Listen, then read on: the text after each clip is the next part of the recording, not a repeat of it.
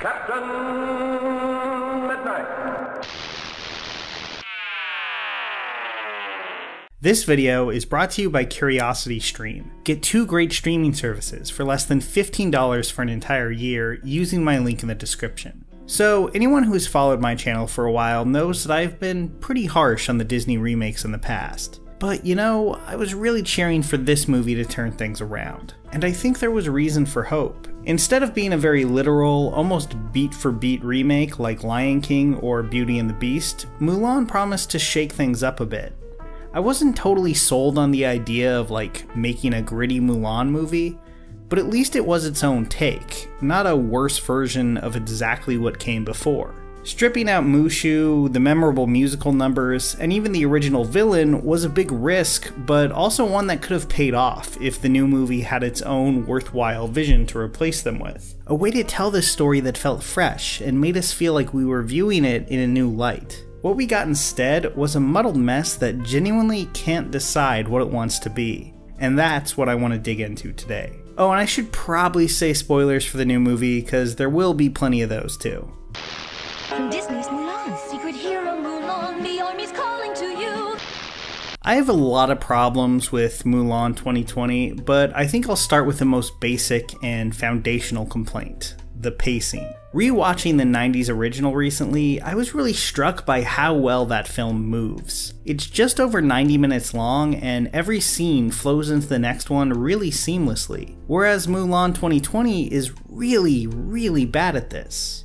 I guess I should illustrate what I mean. Remember A Girl Worth Fighting For, the musical number from the original? It's a really fun song that's complemented by some interesting visual flourishes. Then it comes to a very abrupt end when our characters spot a village that the Huns have just pillaged. And the scene switches tones immediately as the seriousness of the situation becomes clear pretty much right away. The new movie can't pull off something as simple and seamless as that. Sure, we see that burned village here too, but before we even get there, a commander has to loudly yell, "Up until now you've been boys playing soldiers." That takes something that was beautifully communicated instantly and wordlessly in the cartoon and turns it into a clunky line of dialogue. That may seem like a small point, but I think it's a good look into why the 1998 Mulan never feels like it's outstaying its welcome, and the new one just drags on and on and on.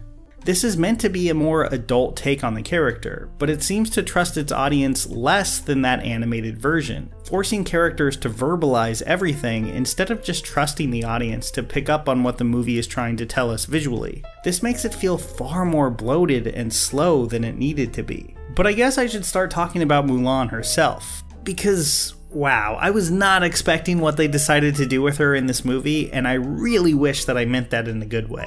Liu Yifei is fine in the role.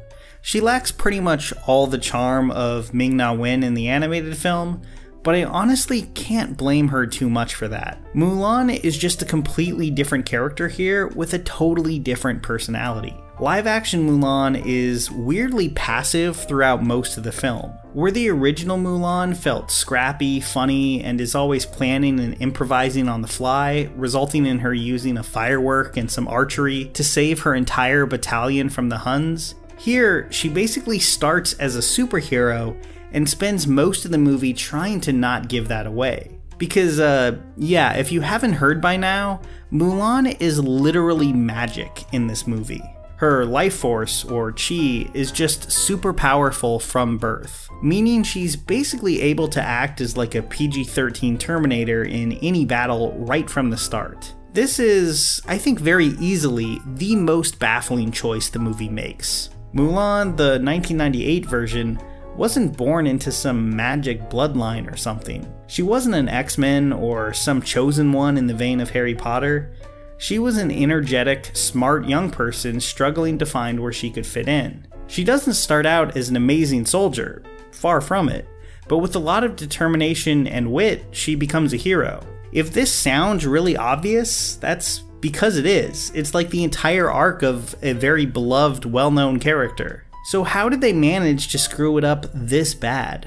Remember in the animated film where Mulan is just terrible at trying to climb this giant post with weights on, but tries and tries and is eventually able to conquer it? It's like a really cool moment that I'm sure anyone who watched the film as a kid would know right away. Now the remake tries to do something similar with buckets of water that she has to carry up a mountain, but here's the thing, there's never a doubt in the audience's mind that she could do this with ease. We've already seen her doing all these crazy flips and stuff early on in the film. A couple of buckets of water don't seem like they'd really be any problem. Any emotion that this scene should have had, you know, like a fun fist-pumping moment of victory for the character, just feels totally empty, because there was no challenge here. In this version, Mulan is only held back by the fact that she doesn't want to reveal her powers. She doesn't need to learn or get better at basically anything, and that kind of takes the wind out of the sails when the movie is structured like a coming-of-age movie. Instead of following a fun character we like, think her way through problems and, you know, like,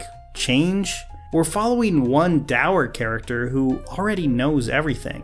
Now to be fair, there is some changes here that I think could have worked well. I really like the idea of giving Mulan a sister, and I really wish they had actually used that idea at all. Think about stories like Pride and Prejudice or Little Women, where the siblings' differences are used really well to illustrate their personalities. Much like Mulan, Zhou in Little Women doesn't feel quite comfortable in the traditional role that she's expected to fit into, and the story uses her sister Meg to show this.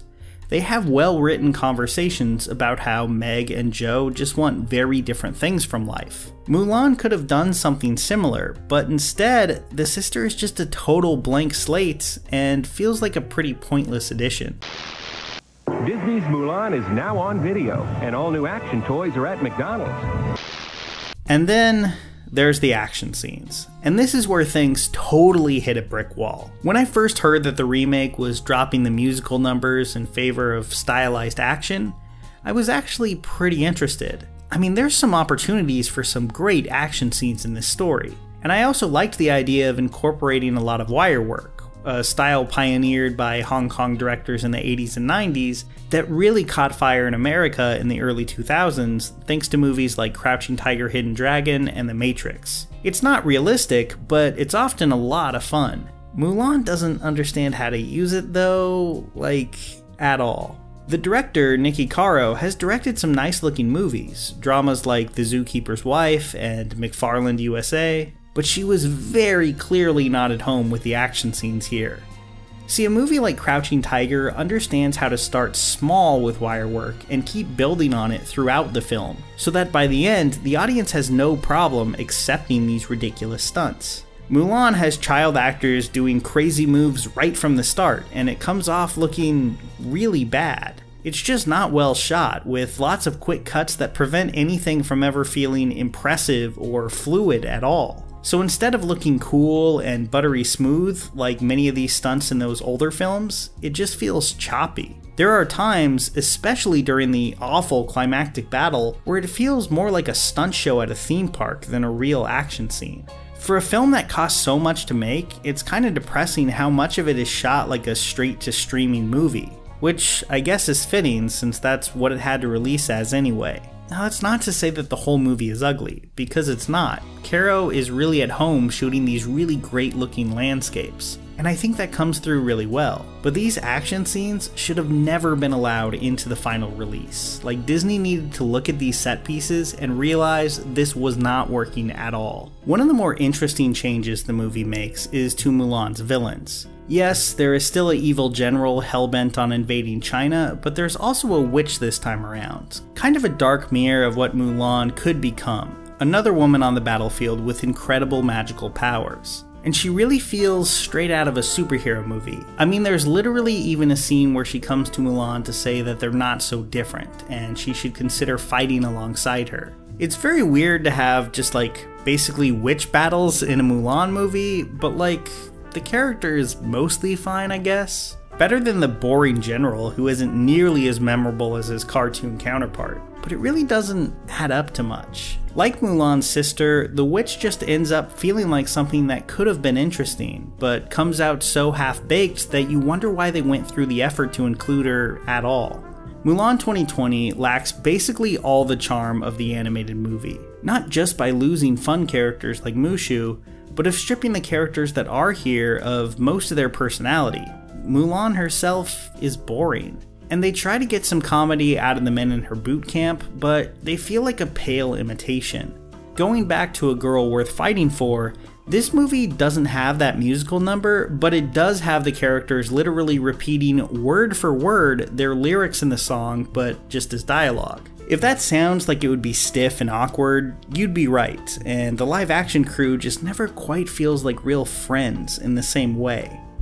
Those characters do a good job of illustrating what Mulan 2020 does the most. Take something that was charming, fluid, and fun and turn it into something flavorless, dull, and awkward. This movie isn't my least favorite Disney remake. I think I still dislike The Lion King more, but it makes Tim Burton's Dumbo look amazing in comparison. Like The Lion King remake, this feels like it was made by people who not only didn't really feel like telling this story, but didn't know why people liked it in the first place.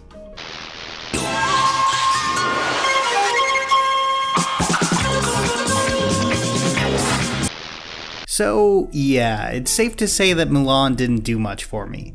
But here's the thing, I also really like talking about things that I love. And right now, on my streaming service Nebula, I have videos on Cheers and Rick and Morty, where I take a deep dive into what made those shows' title sequences work so well. Other creators have talked about the title sequences for Steven Universe, South Park, Dexter, and a ton more. Not only that, all the videos I upload on Nebula now are ad-free.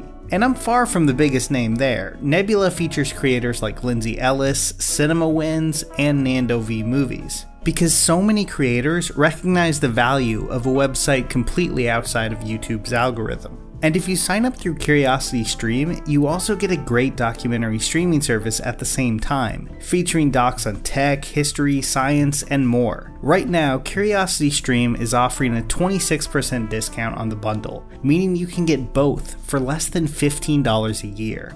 That's not just for a month, that's for a whole year. So get the deal by going to curiositystream.com/captainmidnight. That's curiositystream.com/captainmidnight, which you'll find a link to in the pinned comment and description below.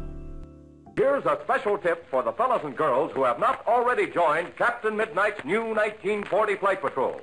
You'd better hurry up and join at once because there's a big adventure ahead. The thing to do now is to get started because we're going to have not only barrels of fun, but loads of free gifts and prizes too.